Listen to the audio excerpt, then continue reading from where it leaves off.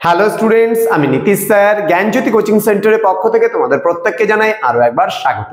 তো স্টুডেন্টস, আজকে আমি তোমাদের সঙ্গে আলোচনা করব এনইপি 4 ইয়ার আন্ডার গ্র্যাজুয়েট প্রোগ্রামের অধীনস্থ যে সমস্ত ছাত্রছাত্রীরা 4th সেমিস্টারে পড়ছো এবং মেজর হিসাবে যারা যে কোনো সাবজেক্ট রেখেছো এবং মাল্টিডিসিপ্লিনারি কোর্সে তোমাদের যারা রয়েছে তাদের জন্য এইসি কম্পালসারি বেঙ্গলি কিন্তু আজকে আমি সাম্যবাদী কবিতা থেকে বড় প্রশ্ন কিছু নিয়ে আলোচনা করব।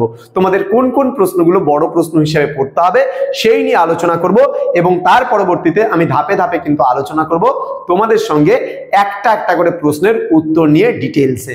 তো চলো শুরু করছি আজকের ক্লাসটি শুরু করার পূর্বে তোমাদেরকে বলে রাখি, যারা ভাবছো আমাদের কাছে অনলাইনে যুক্ত হবে 4th সেমিস্টারে পড়বে, তারা সময় নষ্ট না করে আজই যোগাযোগ করো আমাদের সঙ্গে।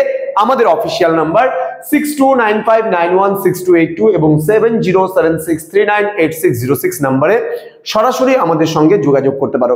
তুমি ফোন করে জানাতে পারো আমাদেরকে অ্যাডমিশন নেওয়ার কথা, এছাড়া তুমি কিন্তু এসএমএস করেও জানাতে পারো আমাদেরকে অ্যাডমিশন নেওয়ার কথা। আমাদের অনলাইনে টোটাল কোর্স ফি রয়েছে, আমাদের পুরো 5 মান্থসের কোর্স ফি হয় 1199 টাকা, পুরো প্যাকেজিং কোর্স। যারা মেজর নিয়ে পড়তে চাইছো এবং যারা মেজর হিসেবে পড়তে চাইছো না তাদের কোর্স ফি কিন্তু মাত্র 599 রুপিস। তো দেরি কিসের, আজই যোগাযোগ করতে পারো আমাদের সঙ্গে আমাদের অফিসিয়াল নম্বরে সরাসরি ফোন করে। চলো শুরু করছি আজকের ক্লাসটা। তোমাদের সঙ্গে আলোচনা করব সাম্যবাদী কবিতা থেকে তোমরা কোন কোন প্রশ্নগুলো বড় হিসাবে দেখছো, অর্থাৎ 5 নাম্বার এবং 10 নাম্বারের জন্য কোন কোন প্রশ্নগুলো পড়বে। তো স্টুডেন্টস, আগে একটা গুড নিউজ দিয়ে রাখি যে এই বছরও কিন্তু আমাদের এইসি বাংলার উপরে বই বেরোচ্ছে এবং সেই বইটা তোমরা কিন্তু পেলে অনেকটাই উপকৃত হবে। তো এইসি বাংলার জন্য কোন বইটা বেরোচ্ছে সেই নিয়ে কিন্তু আমি বিস্তারিত তোমাদের সঙ্গে আলোচনা করব আগামীতে, ঠিক আছে? তো চলো শুরু করছি প্রশ্নগুলো। প্রশ্ন নাম্বার 1 বলেছে সাম্যবাদী কবিতার মূল বিষয়বস্তু সম্পর্কে আলোচনা করো। তাহলে সাম্যবাদী কবিতা থেকে প্রথম প্রশ্ন, যেটা তোমরা 10-এর পড়বে, আমি 10-এর জন্য বলে দেবো, আমি 5-এর জন্য বলে দেবো এবং তোমাদের 2 মার্কসের জন্য আসবে। কিন্তু 2 মার্কসের আমি একটা ক্লাস আলোচনা করেছি, বাকি ক্লাসগুলো খুব তাড়াতাড়ি আলোচনা করব। আজকে 5 আর 10-এর জন্য প্রশ্নগুলো আমি বলে দিচ্ছি, কিন্তু ধাপে ধাপে আমি আলোচনা করবো। ওকে, আমি বলেছি কিন্তু এটা 5টা পার্টে ভিডিও হবে, তার মধ্যে কিন্তু আমরা একটা পার্ট দিয়েছি, আরো বাকি 4টা পার্ট কিন্তু বাকি আছে আমাদের। ওকে, 2 নম্বর প্রশ্ন, সাম্যবাদী কবিতার নামকরণের সার্থকতা নিজের ভাষায় লেখো। আমি আবারও বলছি, সাম্যবাদী কবিতার নামকরণের সার্থকতা নিজের ভাষায় লেখো। এই প্রশ্নটাও কিন্তু তোমরা 10 নম্বরের জন্য পড়বে। 2টো প্রশ্ন গেল। প্রশ্ন নাম্বার 3, সাম্যবাদী কবিতায় কবি নজরুল ইসলাম মানুষের হৃদয়ের সঙ্গে কিভাবে মন্দির, মসজিদ এবং গির্জার তুলনা করেছেন তা আলোচনা করো। লিখে নাও খাতা বের করে। সাম্যবাদী কবিতায় কবি নজরুল ইসলাম মানুষের হৃদয়ের সঙ্গে কিভাবে মন্দির, মসজিদ এবং গির্জার তুলনা করেছেন তা বর্ণনা করো। পরবর্তী প্রশ্ন, প্রশ্ন নাম্বার 4 বলেছে সাম্যবাদী কবিতা অবলম্বনে নজরুল ইসলাম অসাম্প্রদায়িক চেতনা, মানে নজরুল ইসলামের বা নজরুলের অসাম্প্রদায়িক চেতনা কিভাবে আমাদের জীবন পথের প্রেরণা হয়ে উঠতে পারে তা আলোচনা করো। আমি আবারও বলছি, কোশ্চেনটা তোমরা লিখে নাও। সাম্যবাদী কবিতা অবলম্বনে নজরুলের অসাম্প্রদায়িক চেতনা কিভাবে আমাদের জীবন পথের প্রেরণা হয়ে উঠতে পারে তা আলোচনা করো। পরবর্তী প্রশ্ন, প্রশ্ন number 5, Quran, Purana, Veda, Vedanta, Bible, Tripitaka, Zend Avesta Granth Sahib পড়ে যাও যত শখ, কিন্তু কেন এ পণ্ডশ্রম? অর্থাৎ এখানে কি বলেছেন প্রশ্নটায়, আবারও বলছি, কোরআন, পুরাণ, বেদ, বেদান্ত, বাইবেল, ত্রিপিটক, জেন্দাবেস্তা গ্রন্থ সাহেব পড়ে যাও যত শখ, ওকে, কিন্তু কেন এ পণ্ডাশ্রম? বলছে এই সব গ্রন্থ পাঠ করাকে কবি কেন পণ্ডাশ্রম বলেছেন বা পণ্ডশ্রম বলেছেন।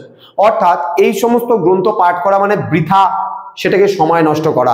তাহলে কবি কেন এই কথাটা বলেছেন সেই নিয়ে কিন্তু তোমরা অবশ্যই খুব ভালো করে এই প্রশ্নটা পড়বে। পরবর্তী প্রশ্ন 6 নম্বর প্রশ্ন বলেছে বন্ধু বলিনি ঝুট, এইখানে এসে লুটাইয়া পড়ে সকল রাজমুকুট। এটা 5 নম্বরের জন্য পড়বে এই প্রশ্নটা। উক্তিটির যথার্থতা বিচার করো। পরবর্তী প্রশ্ন, প্রশ্ন নম্বর 7, এটাও 5 নম্বরের প্রশ্ন। এই হৃদয়েই সে নীলাচল, কাশী, মথুরা, বৃন্দাবন, বুদ্ধগয়া এ, জেরুজালেম এ, মদিনা, কাবা ভবন, মসজিদ এই, মন্দির এই, গির্জা এই হৃদয়। অর্থাৎ হৃদয়কে কবি এত কিছুর সঙ্গে কেন তুলনা করেছেন, যে এই সমস্ত যে তীর্থক্ষেত্র, এই তীর্থক্ষেত্রগুলোর সঙ্গে কেন কবি নিজের মনকে তুলনা করেছেন বা হৃদয়কে কেন তুলনা করেছেন? প্রশ্ন নাম্বার 8, এইখানে বসে ঈশা মুসা পেল সত্যের পরিচয়। এটাও 5 নম্বরের জন্য তোমরা প্রশ্নটার উত্তরটা পড়বে যে এইখানে বসে ঈশা মুসা পেল সত্যের পরিচয়। ঈশা মুসা কিভাবে সত্যের পরিচয় পেয়েছিল, এটাও কিন্তু তোমাদের 5 নম্বরের জন্য প্রশ্ন। এবং আজকের সর্বশেষ প্রশ্ন, সাম্যবাদী কবিতায় কবি সাম্যবাদ বলতে কি বুঝিয়েছেন তা আলোচনা করো। ঠিক আছে, এই প্রশ্নটা এই কয়েকটা পড়লে তোমাদের কিন্তু 5-10 নম্বরের প্রশ্ন হচ্ছে এবং লাস্টের প্রশ্নটা কিন্তু 10 নম্বরের প্রশ্ন। তো এই যে আমি তোমাদেরকে বেশ 8টা প্রশ্ন বলে দিলাম, বড় প্রশ্নের জন্য এই 8টা পড়লেই তোমাদের এনাফ, এবং ছোট প্রশ্ন আমি 5টা করে কিন্তু 25টা প্রশ্নের উত্তর নিয়ে আলোচনা করব তোমাদের সঙ্গে। এবং পরবর্তী ক্লাসগুলো থেকেও কিন্তু আমি বড় প্রশ্ন নিয়ে আলোচনা করব, অর্থাৎ পুরো মাস জুড়ে, অর্থাৎ জানুয়ারি মাস পুরো জুড়ে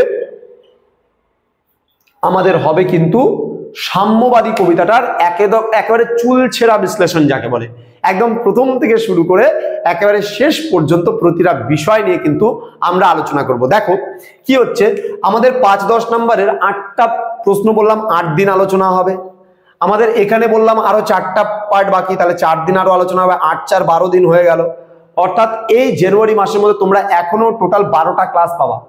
তারপরে আমরা চলে যাব নেক্সট, আমাদের সাম্যবাদী কবিতার পরে আমাদের চলে আসবে মহেশ গল্প নিয়ে আলোচনা। এরপরে আমাদের আসবে মহেশ গল্প নিয়ে আলোচনা এবং সেখানে ডিটেলসে আলোচনা হবে। আমাদের স্যার ম্যামেরা তোমাদের সঙ্গে আলোচনা করবেন এবং আমাদের বিস্তারিত নোটস গুলো তোমরা পেতে চাইলেও আমাদের সঙ্গে যোগাযোগ করতে পারো, এবং তোমরা যদি চাও যে আমাদের থেকে বই পারচেস করবে তাহলেও কিন্তু আমাদের অফিসিয়াল নম্বরে যোগাযোগ করতে পারো। আমরা এইসি বাংলার উপরে কিন্তু এই বছর বই বের করছি, তোমাদের কোয়েশ্চেন প্যাটার্ন অনুযায়ী একদম সঠিক শব্দের মধ্যে কিন্তু বইগুলো আমরা লিখে পাবলিশ করছি আমাদেরই সেন্টার থেকে। তো তোমাদের সঙ্গে দেখা হবে খুব তাড়াতাড়ি নতুন একটা ভিডিও নিয়ে। তোমরা প্রত্যেকেই ভালো থেকো, সুস্থ থেকো। Thank you so much, thanks for watching after all, thank you.